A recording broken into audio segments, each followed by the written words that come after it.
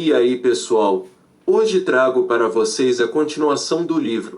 Se vocês estiverem gostando do jeito que estou trazendo os vídeos, deixem o like e seu comentário para ajudar o canal a crescer.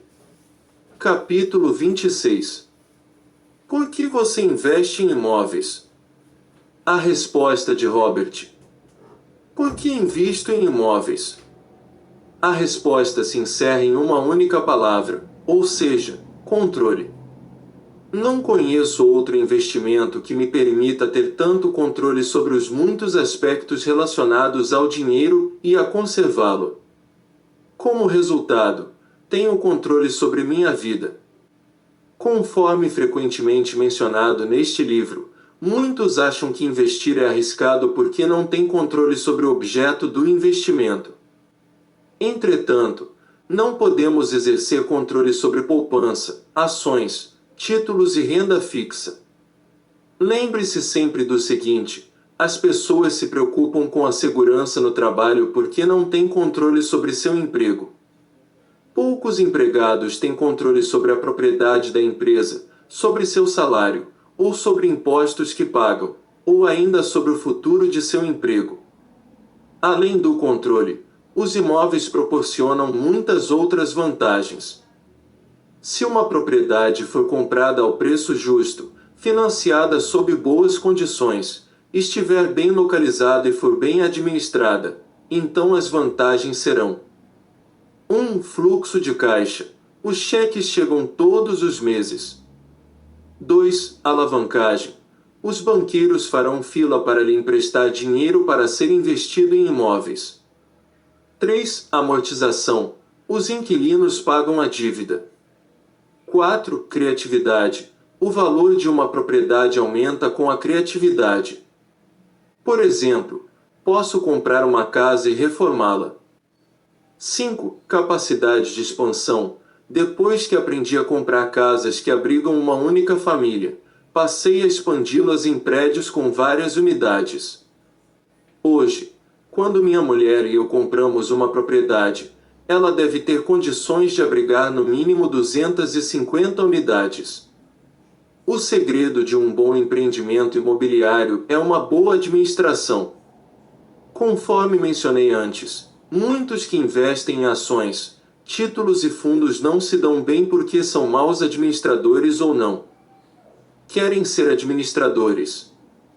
Kim e eu trabalhamos muito em nosso plano de investimentos para começar a investir em prédios de apartamentos com mais de 100 unidades porque, com mais de 100 unidades, temos condições de pagar administradoras mais competentes. No setor de imóveis, como uma boa administração é a chave do êxito, algumas das melhores oportunidades de investimentos consistem em comprar propriedades que pertenceram a administradoras incompetentes. 6. Valorização. Muitos investem contando com a valorização, ganhos de capital. No mercado de ações, a maioria dos indivíduos investe na baixa, esperando vender na alta. Isso se chama investir para obter ganhos de capital. No mundo dos imóveis, esses investidores também existem, e também são denominados flippers. Os flippers também compram na baixa e esperam vender na alta. O problema com a estratégia de ganhos de capital é que, em geral, ela funciona em um mercado com tendência alta. Se o mercado tiver tendência baixa, os flippers estarão fritos. Por que considero a valorização a última opção? Há uma razão pela qual coloco a valorização em último lugar, contudo, para muitos, a valorização está em primeiro lugar. Muitas pessoas compram uma casa pensando em se desfazer dela, ou seja, vendê-la com lucro. Os indivíduos que se dedicam a esse tipo de operação precisam trabalhar com afinco para pagar os impostos, que, nesse caso, são muito mais altos. Embora ocasionalmente eu faça isso, prefiro as razões anteriores para investir em imóveis. A valorização foi colocada por último por ser o último motivo. Na verdade, não conto com a valorização. Em minha opinião, Comprar uma propriedade ou ações e esperar que valorizem é especular, ou jogar, não investir. Embora fique contente com a valorização, não conto com ela. Investir contando com a valorização é particularmente desastroso quando o mercado de imóveis quebra, o que acontece de tempos em tempos. A razão secreta. Há outra razão pela qual gosto de investir em imóveis. O mercado de imóveis é lento, não experimenta mudanças súbitas. Conforme afirmei antes, a geração Baby Boom é a última da era industrial e a primeira da era da informática. Meu problema com a era da informática é que sou antiquado, sou um cara ultrapassado. Não tenho endereço de e-mail nem quero ter. Não sei usar a internet ou dispositivos a ela relacionados. As pessoas de visão dominam a capacidade de enxergar o cerne das questões e dos investimentos. Dão valor à transparência. Robert T. Kiyosaki. Minhas empresas têm sites na internet e ganham milhões de dólares provenientes dessa fonte. Tenho um computador, mas faço uso dele como de uma máquina de escrever. Ele me ajuda a ganhar milhões de dólares como processador de textos, não como computador. Não só sou antiquado, como estou me tornando cada vez mais ultrapassado a cada novo avanço tecnológico. Certa vez comprei um iPod, mas não consegui descobrir como introduzir informações nele ou dele recuperar informações. Na verdade, sei exatamente quando me tornei ultrapassado. Foi quando tentei programar meu videocassete, na década de 1980. Foi então que percebi que não pertenço à era tecnológica, portanto, é por isso que dedico mais tempo a aprender a lidar com imóveis do que a tentar me manter atualizado com a tecnologia. No meu entender, todos precisam de um lugar para morar e de um lugar para trabalhar durante boa parte da vida. O verdadeiro problema em ser antiquado ainda está por vir. Os jovens nascidos após o ano 2000 contribuirão para acelerar radicalmente o ritmo das mudanças tecnológicas por volta de 2015. Assim como os rapazes de minha geração começaram a construir carros turbinados, as crianças de hoje adotarão a tecnologia de hoje e a incrementarão. A internet surgiu recentemente, em 1989. As crianças nascidas após o ano 2000 viverão uma realidade completamente diferente daquela que as de hoje vivem.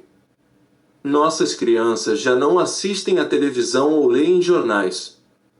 Não sabem quais são as fronteiras do mundo. Mas sabem que podem fazer negócios online com qualquer parte do mundo. Eu estava no ensino fundamental quando a televisão entrou em nossas casas pela primeira vez. Na década de 1960, as crianças faziam desordem pelas ruas. Por quê? Porque a televisão trouxera a guerra do Vietnã para dentro de suas casas. Era uma guerra real. Não era a guerra retratada nos filmes de John Wayne e em Hollywood. Minha geração presenciou a realidade da guerra, corpos de mulheres e crianças explodindo em pedaços. Por essa razão, os rapazes de minha geração faziam desordem, pelo menos alguns tinham esse comportamento. Não demorará muito para a presença da nova geração se fazer sentir. Talvez os jovens façam perguntas contundentes do tipo: por que não estamos tentando encontrar recursos energéticos alternativos? Por que não nos concentramos em reduzir o aquecimento global? Por que a pobreza existe? Por quê? Existem leis tributárias diferentes para pessoas diferentes. Ou ainda, por que as escolas não ensinam as crianças a lidar com dinheiro? Espero que elas enfrentem os desafios que minha geração preferiu varrer para debaixo do tapete. As empresas blue chip, de primeira linha, com as quais milhões de investidores estão contando, talvez não sejam mais de primeira linha. Novas empresas, dirigidas por rapazes com mentalidade diferente, eliminarão as empresas de primeira linha de hoje. Assim como a GM era uma empresa poderosa na época em que eu era criança e hoje é uma monstruosidade em processo de envelhecimento, talvez a Microsoft ou a Dell, ou o Google, sejam as GMS de amanhã. Ao investir em imóveis, não me preocupo se o inquilino é a GM ou Google, ou um idoso da geração Baby Boom ou ainda um garoto da vizinhança, desde que o aluguel seja pago. E essa é a razão secreta de minha preferência por imóveis. Levará um bom tempo para que se tornem algo obsoleto. Veja a seguir um artigo sobre algumas das outras razões pelas quais Donald e eu investimos em imóveis. Tem a ver com um dos termos prediletos de Warren Buffett, valor intrínseco. De quantas formas podemos enriquecer? Warren Buffett é famoso por falar sobre o valor intrínseco de uma ação. Embora muitas pessoas repitam ou imitem as palavras de Buffett sobre valor intrínseco, poucas sabem o que esse termo realmente quer dizer. Neste artigo tentarei explicar o significado da expressão da forma mais simples possível. Se você deseja uma explicação mais sofisticada, talvez deva ler os inúmeros livros escritos sobre Buffett e seus métodos de investir. Uma vez que você compreenda o significado de valor intrínseco, é provável que entenda por que alguns investidores ganham mais dinheiro do que outros. Perceberá também que é possível encontrar valor intrínseco em investimentos diferentes de ações.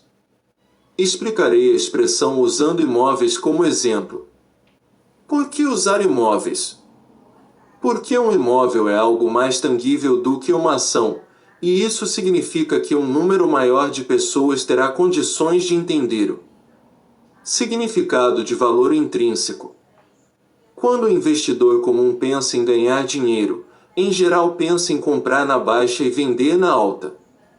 Por exemplo, o investidor compra uma ação por $10 e a vende quando ela alcança $20. Todos os dias ele verifica o preço daquela ação. Muitos investidores ficam constantemente de olho nas altas e baixas do mercado de ações. Seu dia começa bem se o preço sobe, e mal se o preço cai. Isso não é o que Warren Buffett faz, tampouco o que eu faço. Embora o preço de um ativo seja importante, não é algo que seja alvo de nossa atenção diária, conforme ocorre com muitos investidores. Warren Buffett presta muita atenção aos preços ao comprar uma empresa.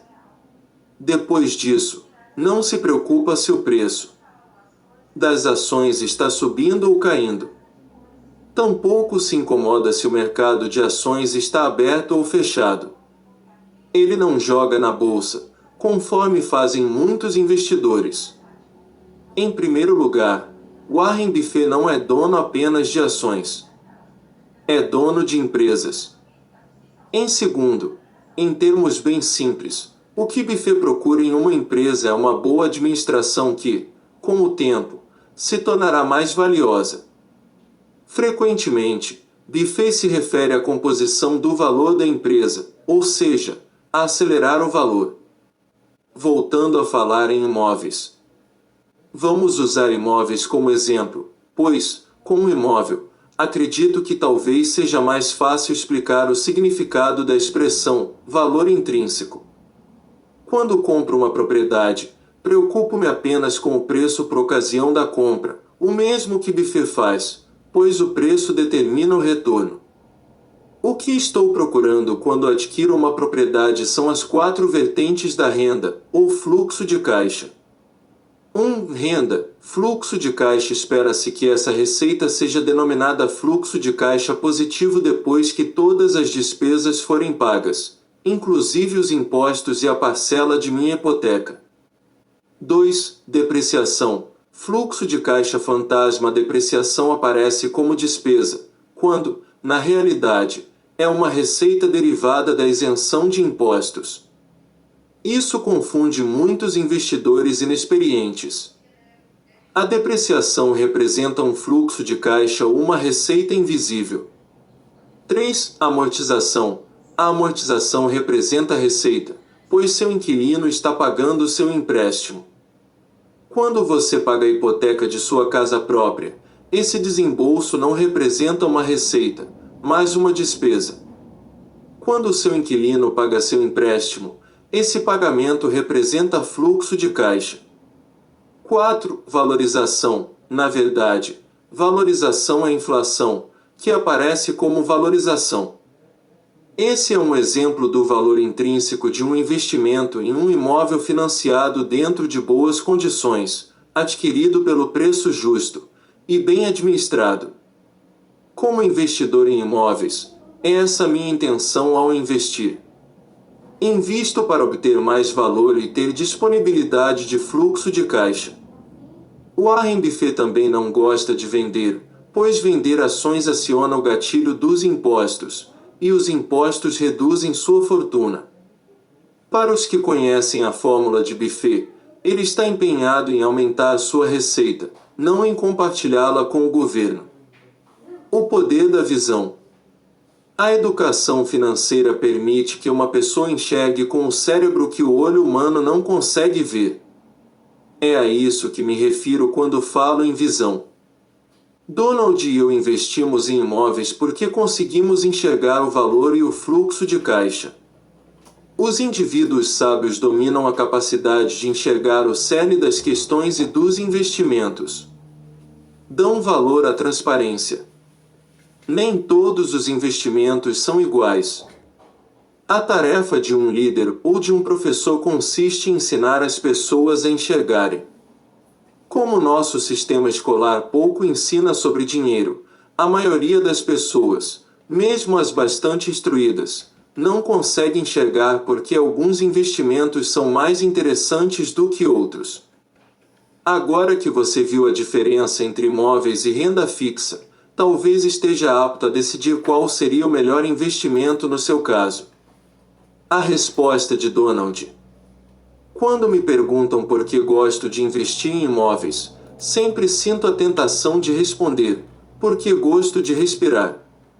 Em minha opinião, os imóveis são como o oxigênio. É o que me mantém vivo quando estou acordado e também quando estou dormindo. Independentemente do fato de ter sido criado em um ambiente de negócios voltado para imóveis, de qualquer maneira eu provavelmente teria encontrado meu caminho nesse setor, investimentos e construção, pois gosto de muitas coisas relacionadas a imóveis. Sou um construtor por natureza. Lembro-me de construir estruturas muito altas com meus blocos de brinquedo quando eu era criança. Tomava emprestados os blocos de meus irmãos, que eu teria devolvido, se não os tivesse colado, para fazer prédios ainda mais altos. Acho que está em meu DNA construir coisas, e quanto maiores, melhor. Como investimento, os imóveis representam um dos lugares mais seguros para guardar seu dinheiro. Não experimentam grandes explosões, conforme ocorre com outros setores. O mercado de imóveis às vezes enfrenta altos e baixos, mas, conforme Robert comentou, não creio que algum dia se torne obsoleto. No decorrer dos séculos, a terra sempre sofreu valorização. O preço original de Manhattan era de cerca de $24 o M2, exatamente $24, sem o acréscimo de zeros. Sou fascinado por imóveis, e é um negócio que funciona para mim. Donald Trump. Quando Robert diz que não gosta de dispositivos eletrônicos, devo admitir que o mesmo acontece comigo. Não uso nem mesmo o interfone em meu escritório. Prefiro gritar para me fazer ouvir, é eficaz, economiza tempo e cria um ambiente de trabalho energizado, desde que as pessoas também falem suficientemente alto para que eu possa ouvi-las. Como já disse, nem sempre sou uma via de mão única. Os escritórios de corretoras de imóveis não são conhecidos por sua tranquilidade. O pessoal da mídia que já visitou nossos escritórios costuma chamá-los de zonas de combate, entre outras coisas. De certa forma, tem razão. Às vezes, uma empresa se assemelha a um campo de batalha. O fato de esperar que minha empresa seja combativa significa que estou preparado para a realidade. O que corrobora as razões pelas quais gosto de investir em imóveis. É estimulante, complexo, multidimensional e tangível. É possível enxergar o objeto de seu investimento, que evolui e se torna maior e melhor com o passar do tempo, desde que você saiba o que está fazendo. O Trump Tower não foi construído há tanto tempo quanto outros prédios que se tornaram marcos, mas já é considerado um ponto de referência. Sua construção data de 1983. É um empreendimento do qual sinto orgulho e outra razão pela qual lidar com imóveis é gratificante. E tem sido gratificante também sob o aspecto financeiro. Se vou investir meu tempo e meu dinheiro em alguma coisa, no final das contas, preciso sentir orgulho desse investimento. Muitos indivíduos investem em coisas a respeito das quais não entendem ou em coisas pelas quais não sentem a menor atração. Tudo bem, gosto não se discute, mas antes de investir eu preciso sentir muito entusiasmo pelo objeto de meu investimento.